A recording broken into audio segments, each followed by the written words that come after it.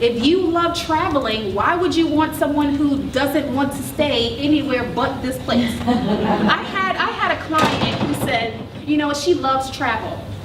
She loves going to different places, and she ended up dating someone who has never been outside of within 3 states.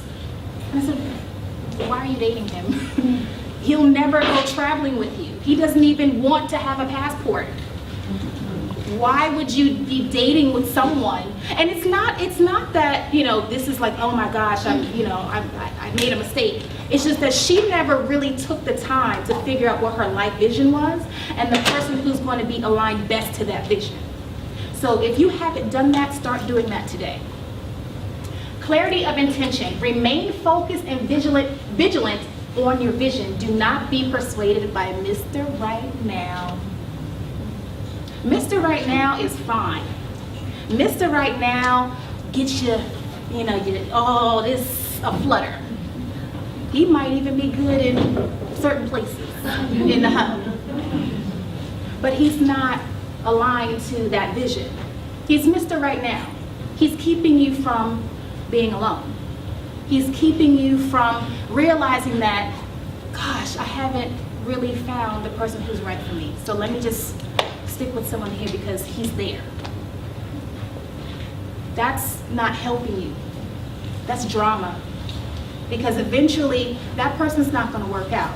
And all that time that you're spending with Mr. Wrong, you could be looking for Mr. Right. Or you can be, working on yourself so that now you qualify to be with your Mr. Right. Clarity of attraction. The law of attraction is real.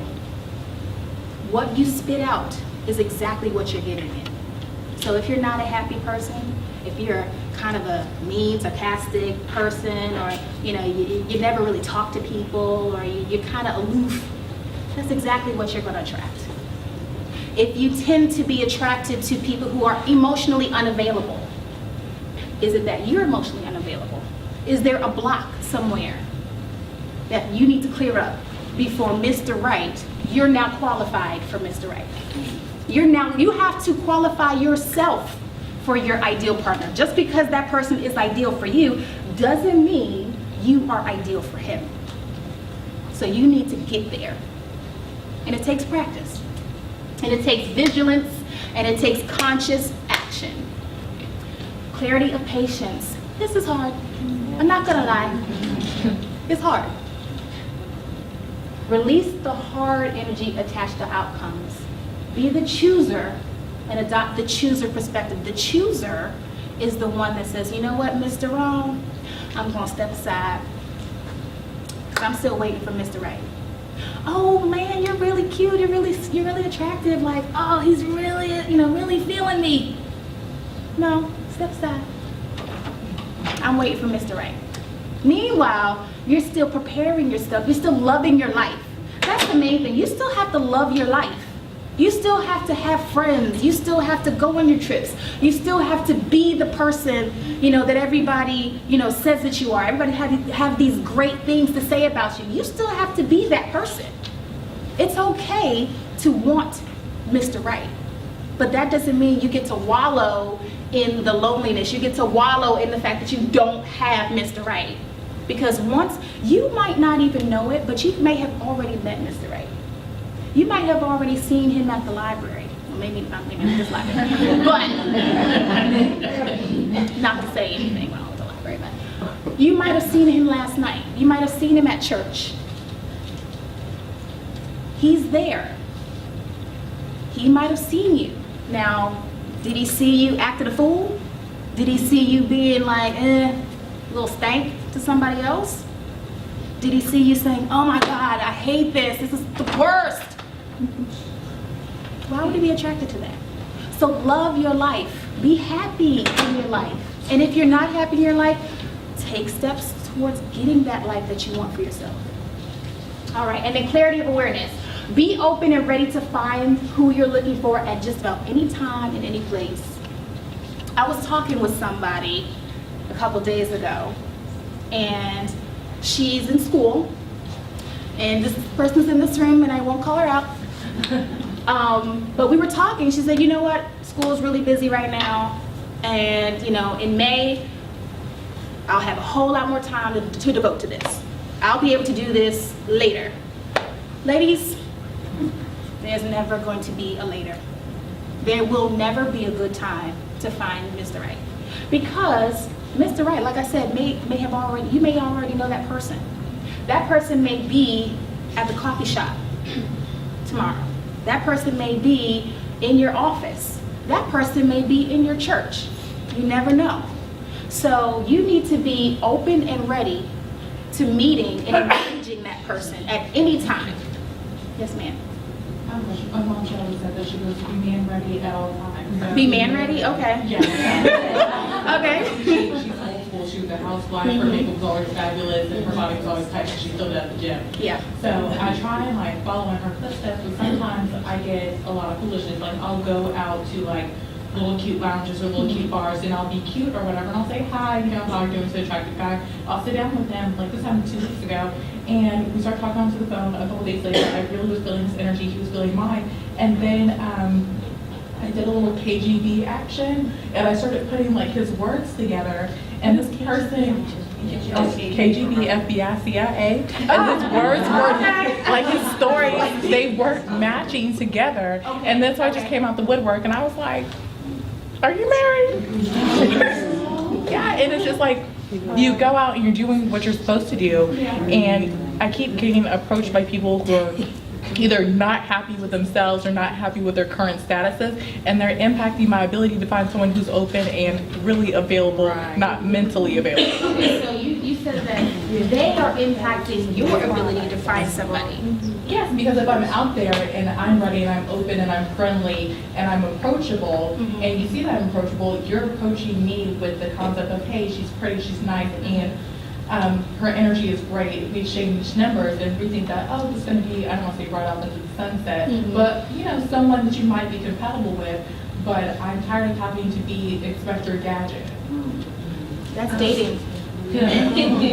That's dating. I mean, I'm sorry. Ladies, there's never going to be the, Lionsgate, Disney. It happens to a very small percentage of us. I'm not going to say it doesn't happen, but for the majority, you're not going to find that man that just comes in and the wind is at his back.